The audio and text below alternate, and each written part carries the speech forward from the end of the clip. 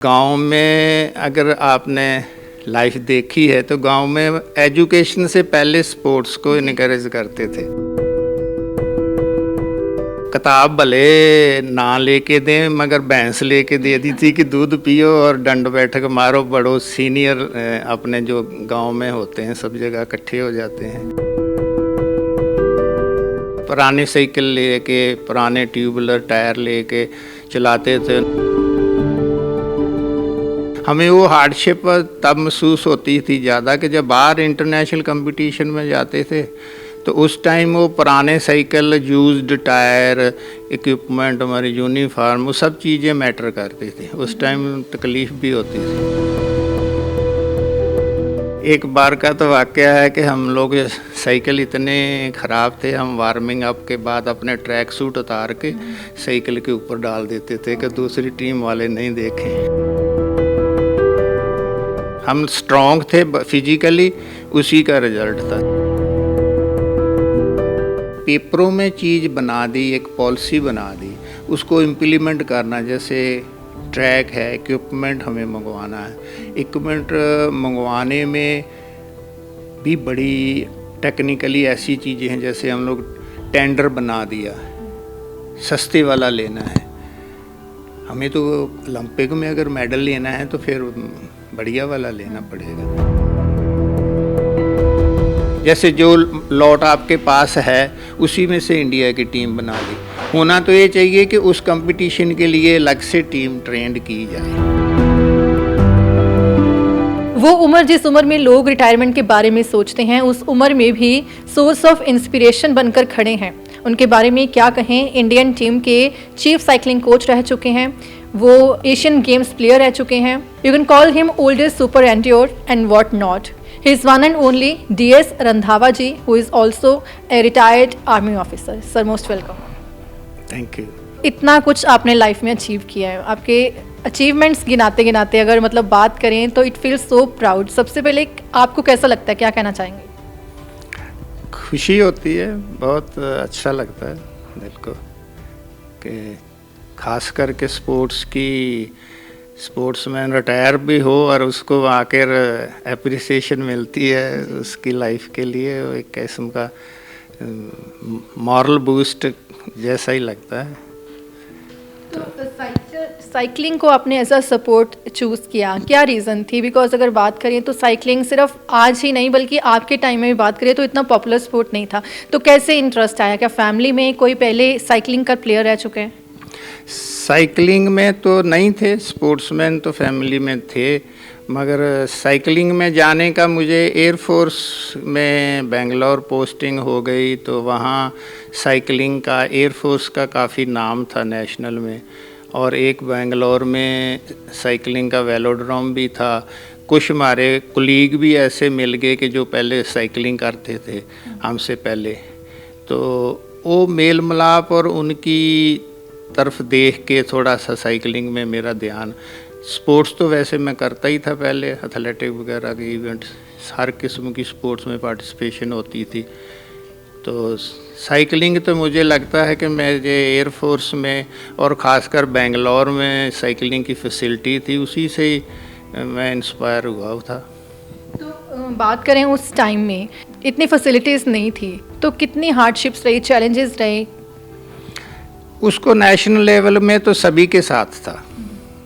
पुराने साइकिल लेके पुराने ट्यूबुलर टायर लेके चलाते थे। नेशनल में तो जैसे दूसरे जिससे compete करते हैं वो तो उनके पास भी ऐसा ही इक्विपमेंट होता था। कोई मैनेज कर लेता था, बाहर से साइकिल मंगवा लेता था। वो पर्सनल किसी का हो जाए तो ठीक है, मगर हमें वो हार्डशिप तब महसूस होती थी ज़्यादा कि जब बाहर इंटरनेशनल कंपटीशन में जाते थे तो उस टाइम वो पुराने साइकिल, यूज्ड टायर, इक्विपमेंट, हमारी यूनिफॉर्म, वो सब चीज़ें मैटर करती थी। उस टाइम तकलीफ़ भी होती थी कि जोर में तो हम लोग उनसे तगड़े थे मगर मेडल में साइकिल में पीछे रह जाते थे। एक बार का तो वाक़या है कि हम लोग साइकिल इतने ख़राब थे, हम वार्मिंग अप के बाद अपने ट्रैक सूट उतार के साइकिल के ऊपर डाल देते थे कि दूसरी टीम वाले नहीं देखें। मगर फिर भी इस सब चीज़ों के बावजूद इस पहली एशियन गेम में 4th पोजीशन थी। टीम की मेरी टीम इवेंट था, इंडिविजुअल की 6th थी। तो वो सब हम स्ट्रॉन्ग थे फिजिकली, उसी का रिजल्ट था। साइकिल जो हमारा वीक पॉइंट बहुत बड़ा था इक्विपमेंट का। जैसे उस टाइम में, पुराने टाइम में आप बात करें तो घर वाले ज़्यादा कहते होते थे कि दादा परदादा की सेहत की तरफ ज़्यादा ध्यान देते थे, पढ़ाई की तरफ कम, तो लगता है वो भी एक कारण रहा है। वो बहुत बड़ा कारण है।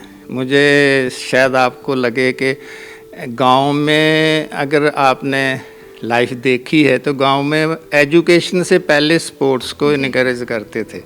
खास करके मेरा दादाजी, मुझे याद है कि किताब भले ना लेके दें मगर भैंस लेके दे दी थी कि दूध पियो और दंड बैठक मारो। बड़ो सीनियर अपने जो गांव में होते हैं सब जगह इकट्ठे हो जाते हैं। तो फिजिकली तो वो बहुत दादाजी भी इनकरेज करते थे। तो जैसा आपने बताया कि उस समय इतनी फैसिलिटीज़ नहीं थी साइकिल चलाने के लिए, आपको थोड़ा हार्डशिप्स भी देखनी पड़ी, तो कभी ये नहीं सोचा कि इससे बेटर तो मैं कोई जॉब देख लूँ, उस साइड हो जाऊँ, है ना, 9 to 5 जॉब देख लूँ क्योंकि फ्यूचर सेफ हो जाएगा, इतनी हार्डशिप्स क्यों कर रहा हूँ? कभी ऐसा भी ख्याल आया? ऐसा बाहर जाते थे तो फिर आता था कि क्योंकि अगर साइकिल इक्विपमेंट की वजह से हमारी पोजीशन नहीं आती थी ना, तब भी अभी भी वो लोग भी हमें फिजिकली देख के ना हमारे वो फोटोग्राफ वगैरह लेते थे। मगर हम सोचते थे कि ऐसे साइकिल हमारे पास भी हों। जैसे वेलोड्रोम पहली बार हमने 70 एशियन गेम में वैसा वेलोड्रोम ही नहीं देखा था। वो काफ़ी स्लोप होता है, उसमें हमें पहले तो चलाने में दिक्कत आ रही थी। हमारे साइकिल भी उसके हिसाब से नहीं थे, डिज़ाइन जो उनका साइकिल की ज्योमेट्री है उनकी थोड़ी सी अलग रहती है जो वेलोड्रोम में चलाने वाले हैं।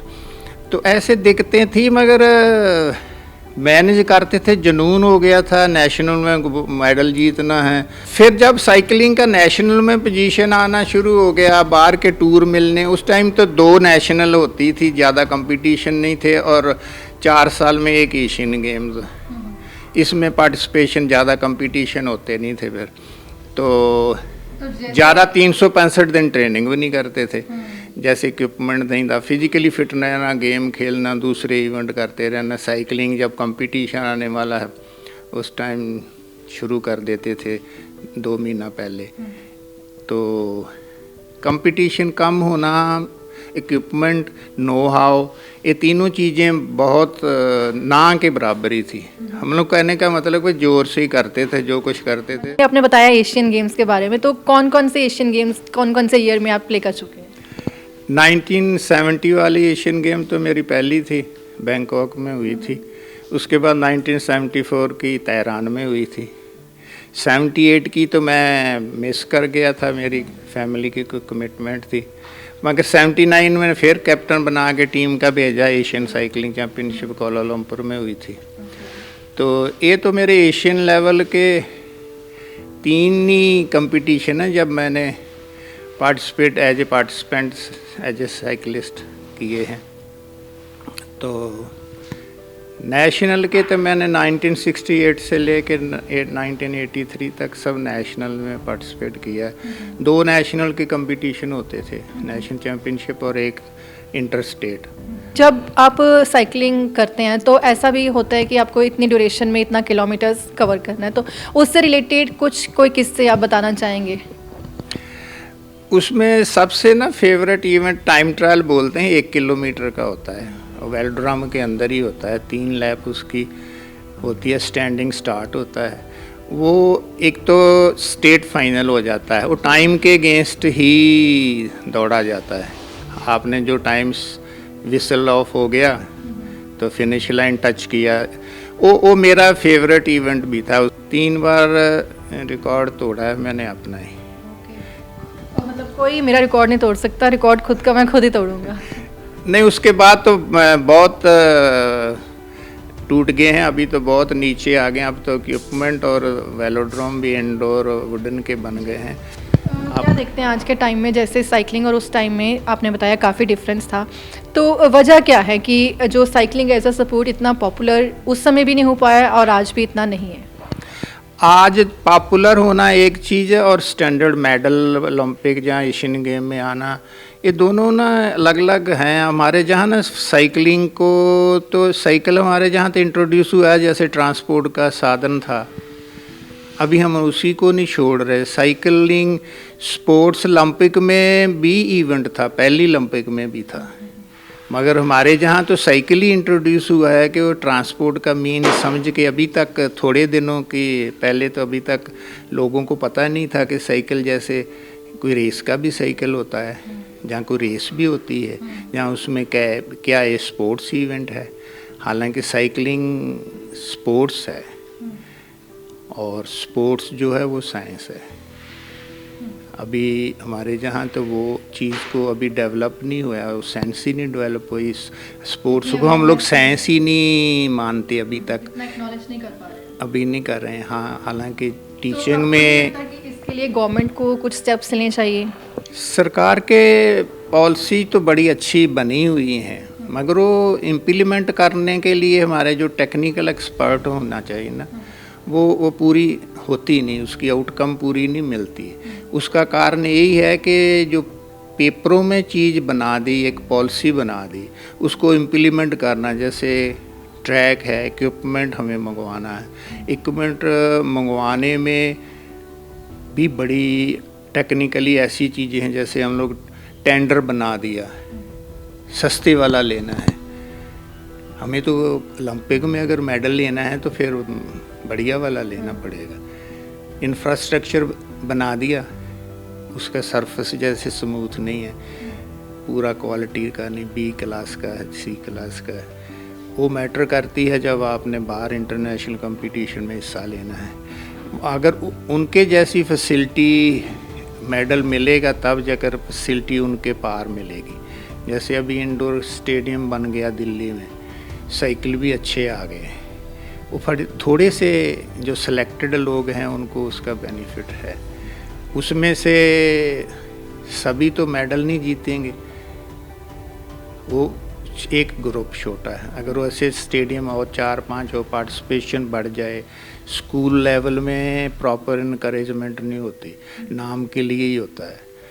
जैसे वो स्पोर्ट्समैन नहीं, वो खेलना खूलना ही समझते हैं। होना तो ये चाहिए कि अगर इसमें से कहीं ना कहीं कमी है। विज़न को हमारे पास ना नो हाउ भी कम है। जो उनके टीचर या गेम के टीचर्स हैं उनको भी नो हाउ नहीं है, वो प्रोफेशनली ट्रेंड नहीं है। तो ऐसे में अगर बात करें कि यंगस्टर्स को आप अपने एंड पे क्या मैसेज देना चाहेंगे या कुछ अपील करना चाहेंगे? यंगस्टर को मैसेज तो ये है कि हमारे जहाँ स्पोर्ट्स को ऐसे नहीं है कि ये खेलने के लिए है। अगर मेडल जीतना है तो उसको प्रॉपर स्कूल से सिलेक्शन ले करके उसको प्रॉपर, कम से कम बाहर वाले जो हैं वो 8 साल का प्रोग्राम बनाते हैं, वो ओलंपिक वाले।